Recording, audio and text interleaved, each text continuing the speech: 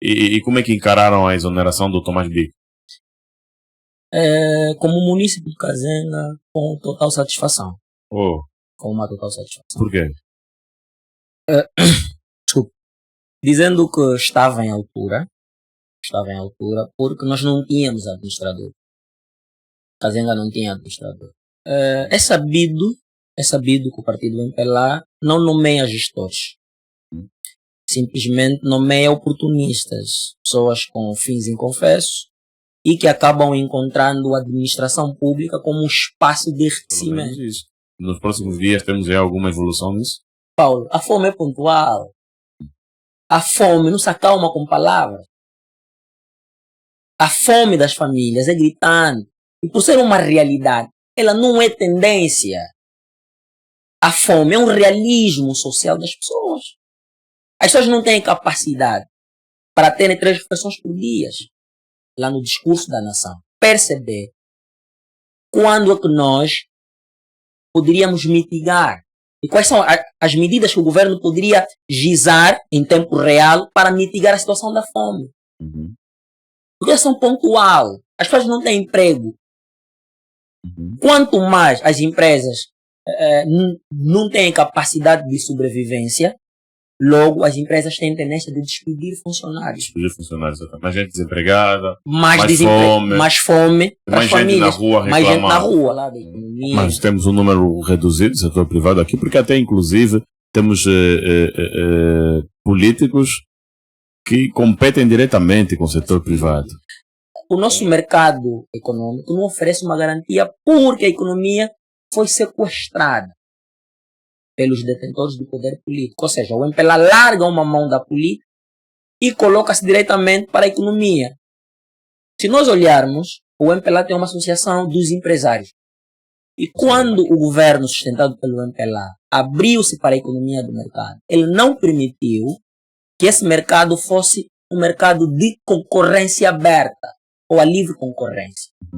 Ele permitiu que os seus dirigentes fossem os primeiros agentes econômicos. Entendendo... Nós vamos só pedir que a abordagem está a ser muito boa. Vamos pedir que esmiúce as expressões mais populares para que as pessoas possam entender em casa. Menos técnica. Yeah? Okay. Então, para que entendamos mesmo. Okay. Então, podes prosseguir. Tá bem.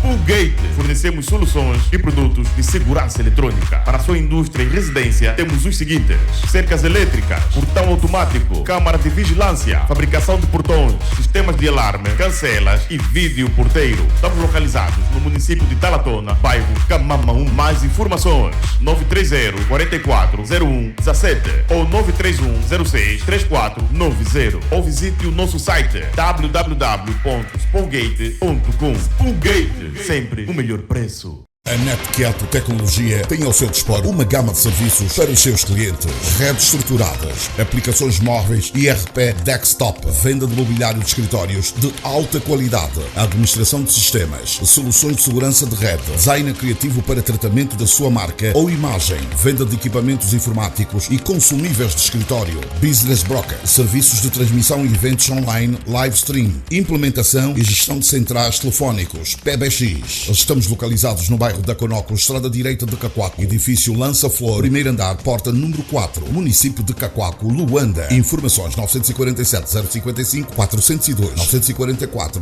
090 783. E-mail geral@netquieto.ao. NetQuieto Tecnologias. O cliente pensa e nós fazemos acontecer. De ouvinte, papo reto. Boa noite, bem-vindos a mais uma entrevista na Rádio 20. É de apto dizer aqui o tempo: 18 horas e 8 minutos, sexta-feira, 27 de outubro de 2023. Então, estamos na rádio para mais uma entrevista no seu programa Papo Reto.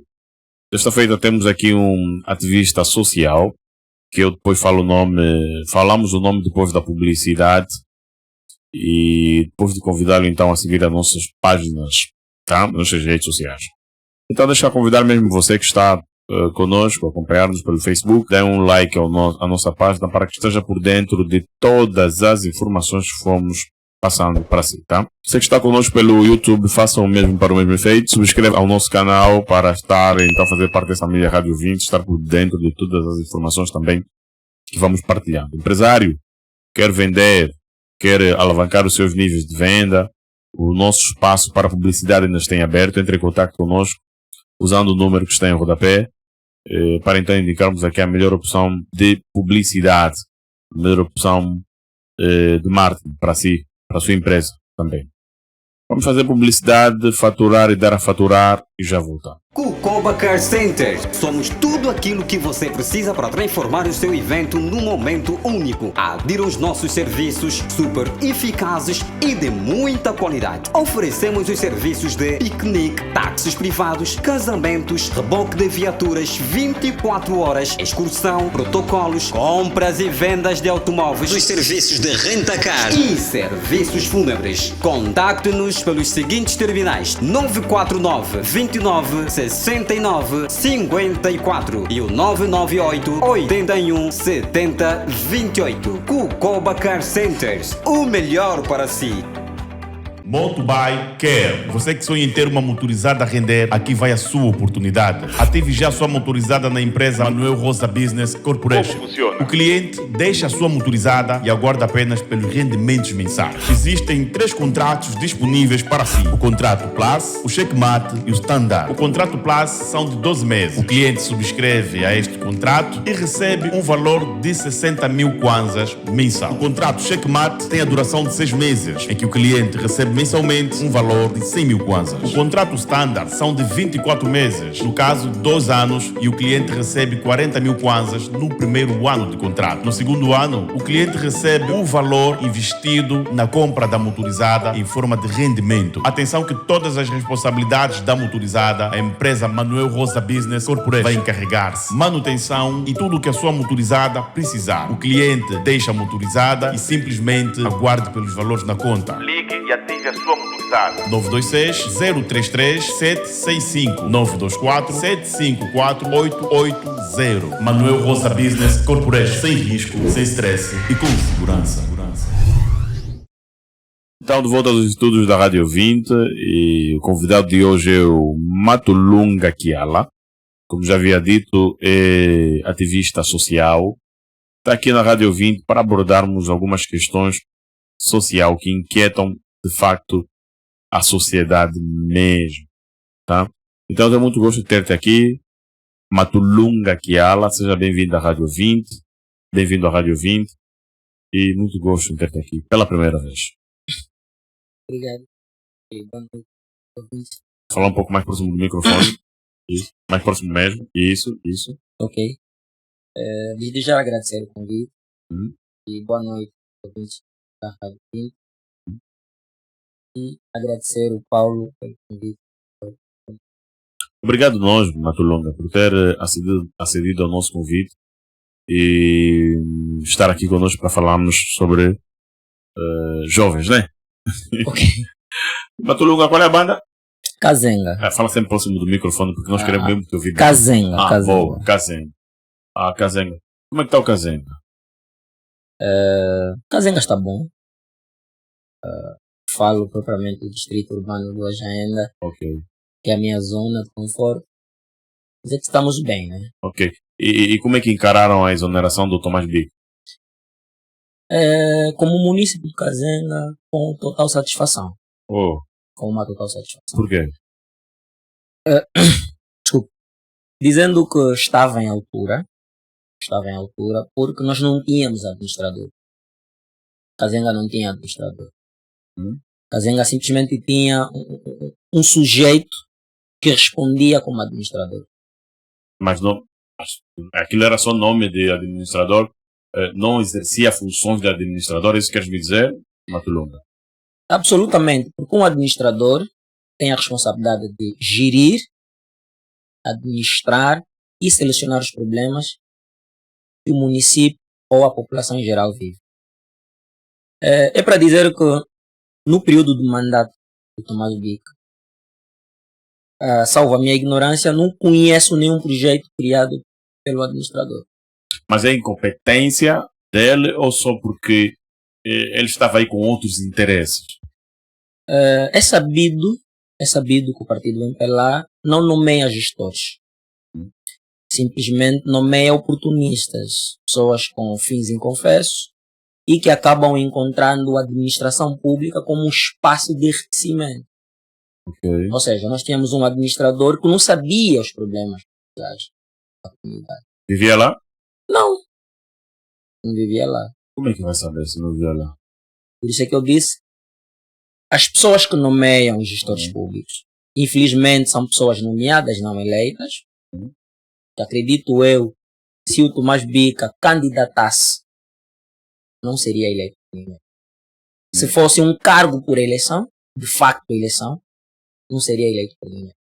Mas por quê? Porque vocês ativistas sabem que é um administrador proveniente do MPLA ou porque vocês acreditam que é mesmo incompetente?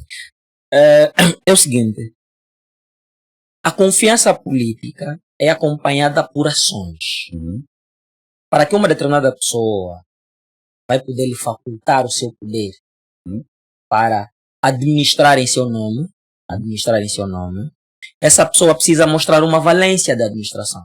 Ok. Esse indivíduo precisa mostrar competência de solucionar e materializar os problemas locais. O Tomás Bica sai do distrito urbano de Samizanga e depois vai ao município do Cazenga. Ou seja, ele sai de uma relação de infra-administração e vai para a municipalização, que é uma ação mais macro em termos de gestão administrativa. Okay. Ou seja, ele sai de uma responsabilidade pequena, que estava a administrar um distrito, e depois vai para um município, onde a responsabilidade política dele era maior. O Tomás Bica, em termos de concertação, com a sociedade civil, eu não me lembro de ter realizado. Não me lembro de ter participado ou conhecer uma atividade de associação do administrador municipal do Cazenga com o objetivo de solucionar os problemas locais. Não conheço. Mas falando em problemas locais, Matuluma, dizem que o Tomás Bica foi um dos mentores pela criação da turma do apito, que levou a redução significativa do nível de criminalidade no Cazenga. Então, pelo menos isso é algo que se deve valorizar. A princípio, a Brigada de Vigilância é uma autoridade jurídica a partir da lei. A lei traz a figura da Brigada de Vigilância. Ou seja, são pessoas coletivas que respondem pela segurança local. Ou seja, existe a responsabilidade da segurança pública, são dos agentes da polícia. Essa equipa de Brigada de Vigilância não tem como tendência a prender alguém que não seja um ato de flagrante delito. Okay? Se não for uma situação, essas pessoas coletivas, eles não podem atuar uma detenção ou agressão. Ok, mas a questão foi um grande trabalho por parte do administrador em ser um dos mentores pela turma do apito. Não é o mentor. São pessoas que a lei os traz. Ou seja, são pessoas que foram vinculadas pelo legislador. Ou seja, o legislador ordinário, ao propor, ou na tendência da criação de uma lei que poderia regular as comissões de moradores, eles trazem essa figura. Okay. Eles trazem essa figura. O Tomás Bica tirou proveito, okay? Uma espécie de propaganda. Eu até digo mais, a projeção social e política do Tomás Bica surge nessa forma fincada, porque ela agarra-se à Brigada de Vigilância, faz dele um escudo da administração. Ok. Faz dele um escudo de administração. Tal e qual ele queria fazer, tal como fez aqui no Samizanga, também queria fazê-lo no município do Cazenga. A razão pela qual ele teve conflitos com o comandante municipal da polícia. Ok. Ele criou uma crispação em termos de relação com o comandante municipal da polícia, porque a tendência da turma do apito é inibir o comportamento dos agentes da polícia. Existe a polícia de investigação criminal, existe a polícia da ordem pública, que tem a responsabilidade da segurança pública. Uhum. O Tomás Bica, enquanto gestor, enquanto responsável da administração local, ele encontra mecanismo, ele encontra dentro desse poder discricionário, ele encontra razões para mitigar a segurança pública. Enquanto político, enquanto gestor, ele deve encontrar uma razoabilidade de como selecionar os problemas de conflitos sociais, tudo que envolve a criminalidade. Ele politicamente, junto com a Polícia Nacional, a polícia tem os seus agentes de inteligência criminal que trabalham especificamente em situações penais. Temos o Departamento de Ilícito Penal. Existe uma instituição especificamente para solucionar esses problemas. O Tomás Bica, dentro desse poder político, ele podia muito bem exarar um programa sobre segurança pública. Que tipo de segurança pública ele cria no seu município? Como os agentes da Polícia Nacional poderiam resolver os problemas da criminalidade ao nível do município. Enquanto político, ele podia exarar, né, um programa sobre a criminalidade local. Okay. Não ele agarrar-se a uma iniciativa que vem a partir da própria comunidade, fazendo dessa, ou seja, da Brigada de Vigilância, inclusive os atos também eram muito mais criminosos em relação aos indivíduos que eram, sobretudo, imputados sobre algum crime. Né? Okay. Imagina que a turma do apito, no exercício da atividade da segurança local, eles cometiam outros crimes. Okay. Muitos deles também levaram vida de supostos crimes. Matavam? A cultura era tanta, agrediam fisicamente as pessoas, inclusive uma situação insólita, né? Eles resolviam até problemas conjugais, envolviam-se até em assuntos conjugais. Havia essa relação. Questão familiar, eles vão se meter lá. Absolutamente. As mulheres também tiravam proveito dessa situação. Ok. Quando denunciando o marido, se calhar, por uma agressão física. Não, mas é crime, é agressão. Não é a turma do apito que acha. Isso. A polícia, próximo da comunidade, faça uma operação e a polícia vai tomar de a peito aquilo que é a sua responsabilidade. Me diz uma coisa, Matulunga, a turma de apito tinha o seu julgamento mesmo unicamente deles? Um julgamento que eles entendiam ser o certo? Sim, isso... ainda que violassem os direitos humanos. Ou seja, colocavam em causa um conjunto de direitos. Ou seja, eles, sobretudo, o direito à presunção da inocência. O princípio de não tortura. Inclusive, eles cometiam. Okay? E para a polícia sentia-se à vontade. Crédito para a própria polícia. Okay. A polícia é uma instituição do Estado. Passa os governos que passam, a polícia continua. A polícia é uma instituição própria. E os governos aproveitam da polícia enquanto instituição para responder os seus interesses enquanto governo. Eles definem algumas políticas sociais ligadas à segurança pública e a polícia, por sua vez, vai poder fazer um estudo minucioso relativamente às intenções. Porque a polícia é uma instituição partidária. Ela não envolve-se em questões ideológicas partidárias. Infelizmente, em Angola nós temos uma polícia ideológica. Nós temos uma polícia que tem a tendência de cumprir orientações políticas. Enquanto que a polícia podia trabalhar mediante a lei orgânica que regula a Polícia Nacional, trazendo aqui o princípio do artigo 10º, o artigo 210 e o artigo 209 da própria Constituição da República, fala sobre as garantias da segurança pública e a Polícia Nacional. Okay. Existe uma forma tão específica que a polícia deve atuar no exercício da sua atividade natural. Okay. Mas nós temos uma polícia meramente ideológica, só para fazermos aqui, abrir esse parênteses, os comandantes provinciais são delegados do Ministério do Interior. Os comandantes provinciais são delegados do Ministério do Interior. Ou seja, o Ministério do Interior é uma instituição administrativa e política. Ou seja, é política e administrativa, porque ela faz parte de um governo e nós sabemos que os governos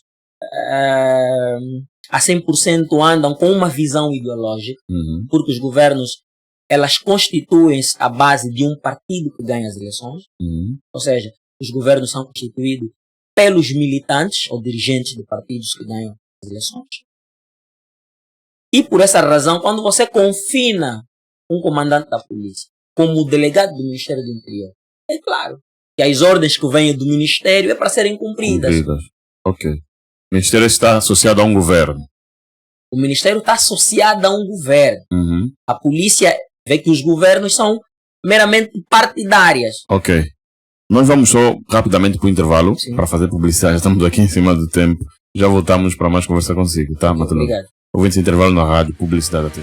SR Construção Limitada. Construção e manutenção de piscinas. Estamos localizados na Via Expresso, Avenida Principal do ESA Paradise. Contactos 923-320582, 943-979722. SR Construção Limitada. Em matérias de piscinas, estamos sempre na linha da frente. Garantimos o seu conforto e lazer. SR Construção Limitada.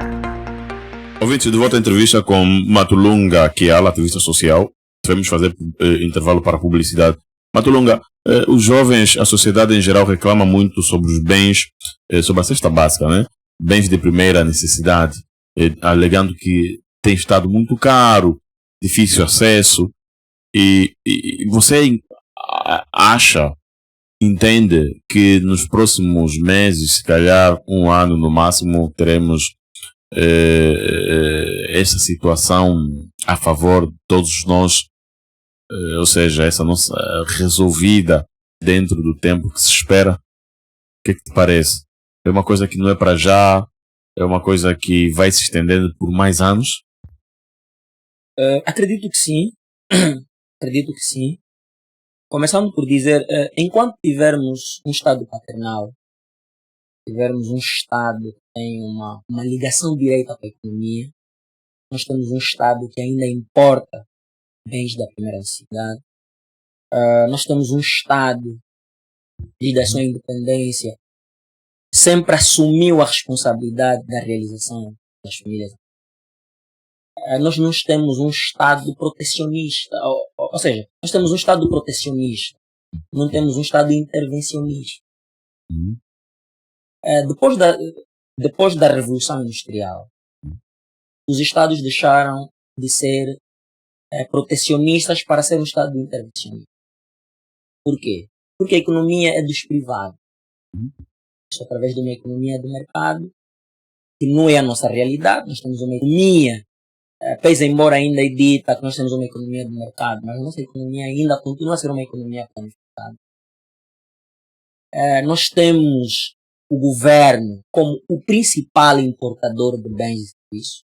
Quem seria se não fosse o governo nesse caso? Seria o setor privado. E quando estamos a falar da economia... Mas temos um número reduzido de setor privado aqui, porque até inclusive temos políticos que competem diretamente com o setor privado. Essa natureza.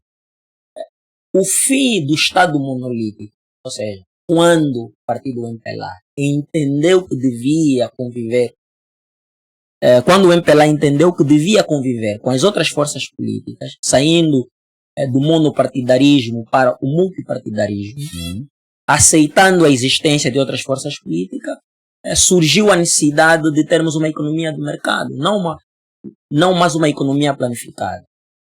E quando o governo sustentado pelo MPLA abriu-se para a economia do mercado, ele não permitiu que esse mercado fosse um mercado de concorrência aberta ou a livre concorrência. Ele permitiu que os seus dirigentes fossem os primeiros agentes econômicos. Ou seja, a essa dicotomia. Mas com a intenção de desenvolver o país ou com a intenção única, a única intenção de crescimento próprio? Do poder, manutenção do poder. Para a manutenção do poder é preciso que se crie oligarquias. Quer dizer o que quando diz oligarquia? As oligarquias econômicas, elas ajudam a manutenção. Porque as grandes empresas, eles conseguem fazer créditos ou empréstimos aos governos. Okay? Quando estamos a falar da dívida pública interna, estamos a falar daquela dívida que o governo vai fazer com empresas ou bancos. E se nós olharmos naquilo que é a estrutura do nosso mercado econômico, vamos olhar que os principais players da nossa economia são militantes do MPLA, aqueles militantes de proa. Com que intenção? Porque é propositado, é falta de competência, é o que é isso?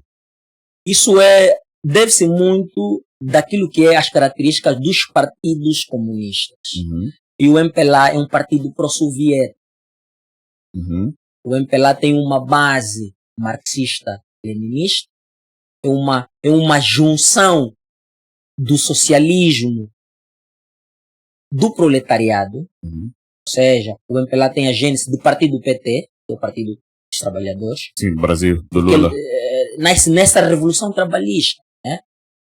Entendendo... Nós vamos só pedir, que a abordagem está a ser muito boa, vamos pedir que esmiuce as expressões mais populares para que as pessoas possam entender em casa, menos técnica. Yeah? Okay. Então, para que entendamos mesmo. Okay. Então, podes prosseguir. Tá bem. Dizendo assim, em miúdos, o MPLA é um partido que nasce dos operários.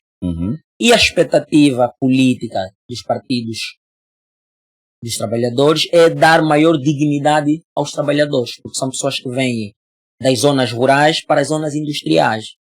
Ou seja, tirando os homens do campo para o centro urbano, o desenvolvimento para a administração pública ela é exercida por pessoas ligadas às zonas rurais. O efeito é dar dignidade a essas pessoas. Então, o que é que se traz na tendência da dignidade? É olhar na classe operária, sobretudo quando estamos a falar na classe operária, vamos falar dos professores, a educação, o transporte e a questão do saneamento básico. Essa dignidade que deve ser dada a essas pessoas que do processo da revolução são eles que trouxeram a revolução, porque a revolução é meramente feita por pessoas com deficiências, né? Pelas pessoas que carecem bastante de necessidade, e por essa natureza eles entendem partir por uma mudança. Volvido esse período, o nosso mercado econômico não oferece uma garantia porque a economia foi sequestrada pelos detentores do poder político. Ou seja, o MPLA larga uma mão da política e coloca-se diretamente para a economia. Se nós olharmos, o MPLA tem uma associação dos empresários. Ou seja, o partido do MPLA tem os empresários do MPLA. Se nós olharmos naquilo que é o monopólio do mercado, imagina que o partido que sustenta o governo tem os seus empresários numa oportunidade de competitividade. Quais são as pessoas com maior aceitação? Quais são as pessoas que terão privilégio de financiamento? Naturalmente que o empresário do partido, como você disse, está na sua zona de conforto. Então isso é uma concorrência desleal. Qual é a oportunidade que o empresário trabalhou por si só para chegar até esse nível terá comparativamente ao empresário do MPLA, como você diz? Não, nós não temos. Você quer me dizer que para você ser um empresário bem-sucedido, você tem que afiliar-se ao MPLA. Ser aquele homem de lobby econômico. Você não consegue me dizer 2 empresários que não estão afiliados ao MPLA? Existem vários. Mas esses vários é uma minoria. Eles não respondem à magnitude daquilo que são os interesses nacionais. Tem alguns. Não consigo trazê-los aqui com precisão, mas existem. Essas pessoas encontram bastante dificuldades. Só para lhe dizer que o Banco Nacional ele proibiu a venda de divisa, sendo ele a instituição econômica com efeito. É o Banco Nacional que tem a responsabilidade de vender as divisas nos bancos comerciais. E os bancos comerciais, por sua vez, irão ter também essa legitimidade de sim ou não vender nas empresas. Imaginemos que existem empresários que não têm ligações com o partido do governo e que têm boa fé de investimento. E boa parte dos investimentos que são feitos em Angola são com moedas estrangeiras, dólares e euros. E quem tem a tutela dessas divisas são os bancos tutelados por pessoas ligadas ao MPLA.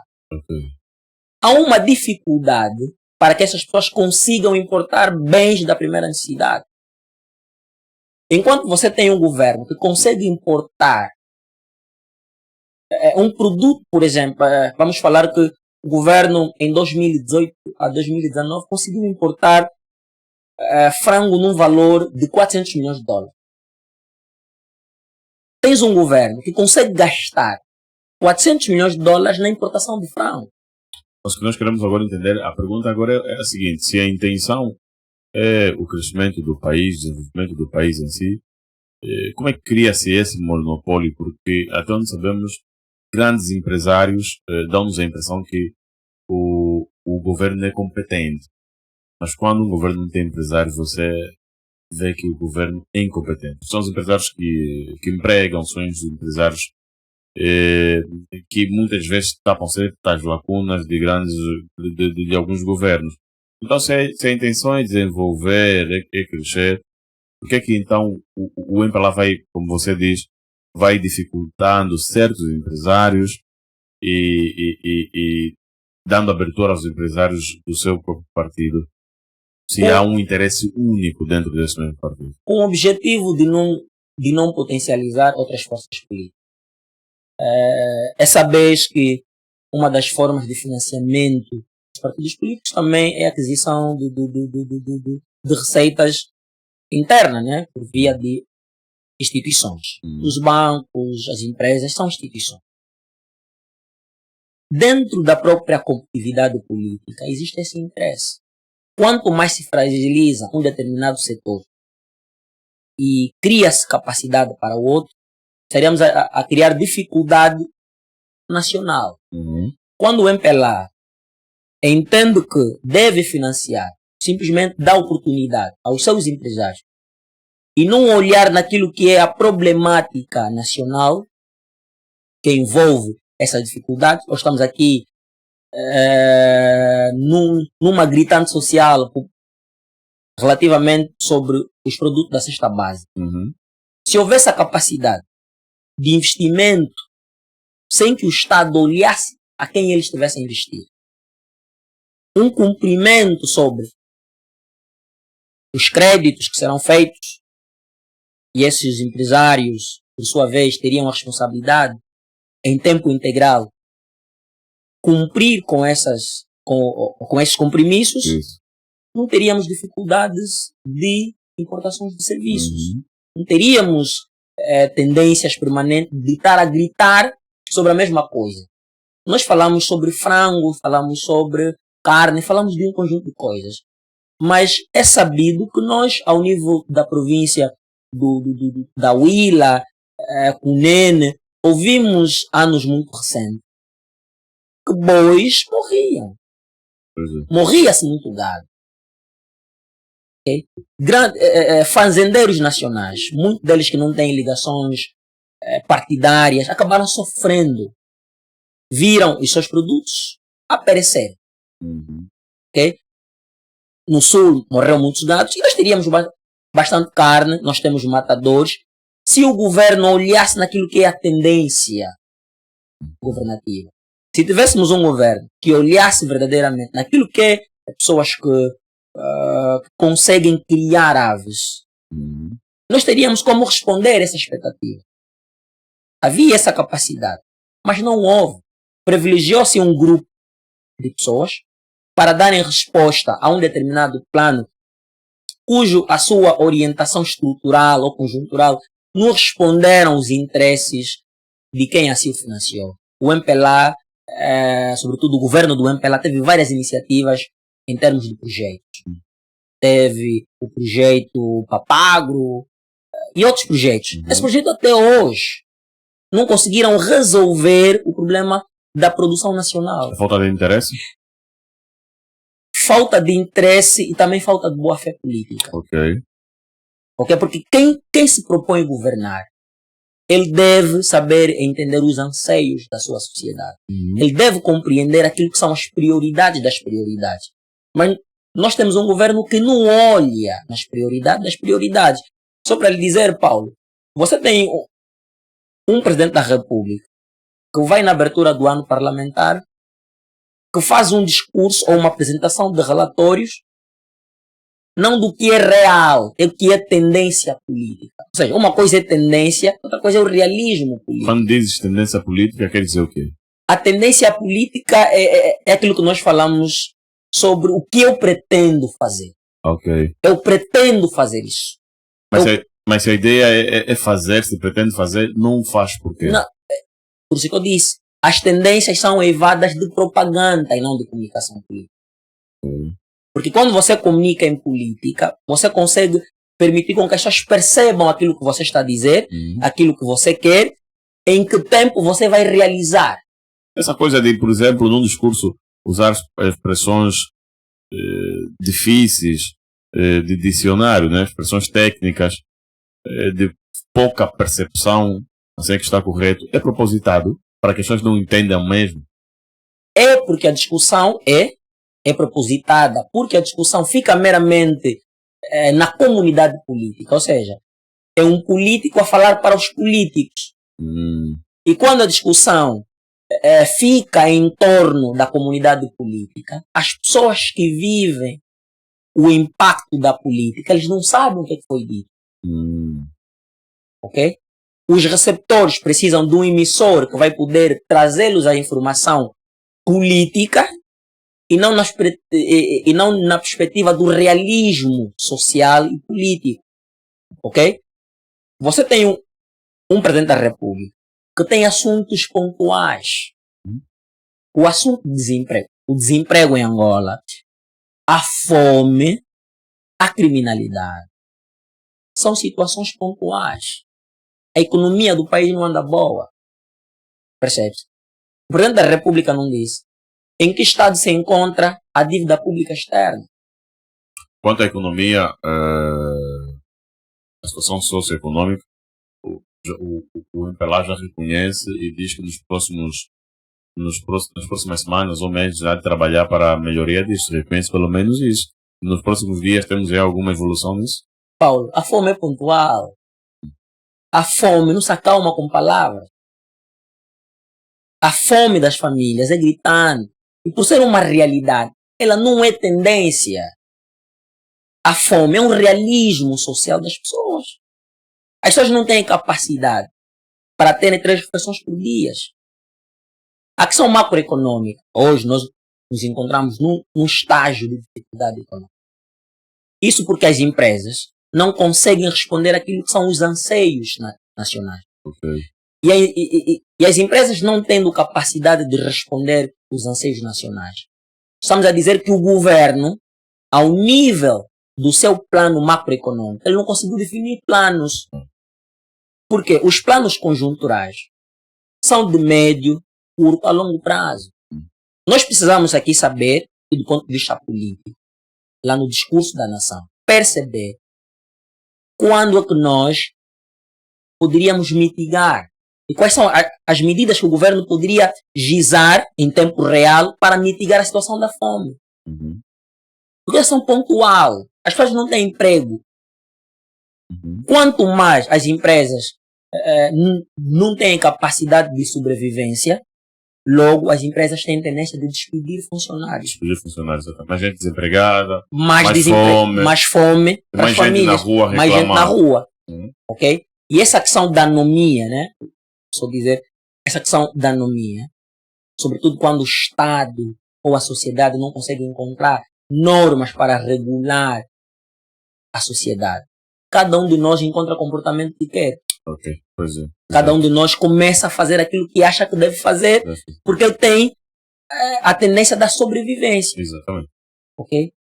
Então, quando levamos as pessoas para a sobrevivência, o que vai acontecer é o quê? Prostituição, criminalidade. criminalidade. Então, são estes fatores sociais que é da responsabilidade do governo mitigar. Ok.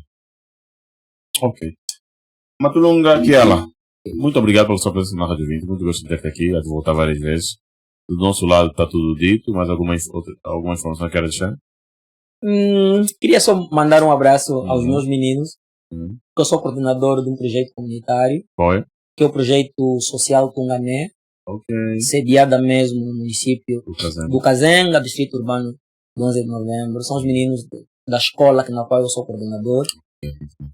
Quando eu disse a elas que eu viria para uma entrevista, disse que eu vou mandar um beijo para vocês. Então, um beijo para as minhas meninas lá da comunidade e o meu companheiro de trabalho, que é um jovem muito dinâmico, que é o Babi, que é o Babi Cachito, também ativista social, um jovem para dizer que é o ideólogo do projeto. É a pessoa que idealizou o projeto e veio ter comigo e eu, por sua vez, fui materializando o projeto. Então, um abraço a todos os meus amigos, todos aqueles que me acompanham. E um beijo especial para minha esposa, a Jurelma Magalhães Bano. Exatamente. Matulunga, obrigado mesmo. Há de voltar várias vezes. Muito gosto aqui pela partilha, pelo conhecimento, muito inteligente da sua parte. Ouvintes, estamos a dar por encerrada a nossa entrevista com Matulunga aqui a ala, técnica e seleção musical do seu programa Milton Júnior, lá de Bravo no áudio. E Nox Pro nas imagens, Paulo Negrão no microfone. Boa noite.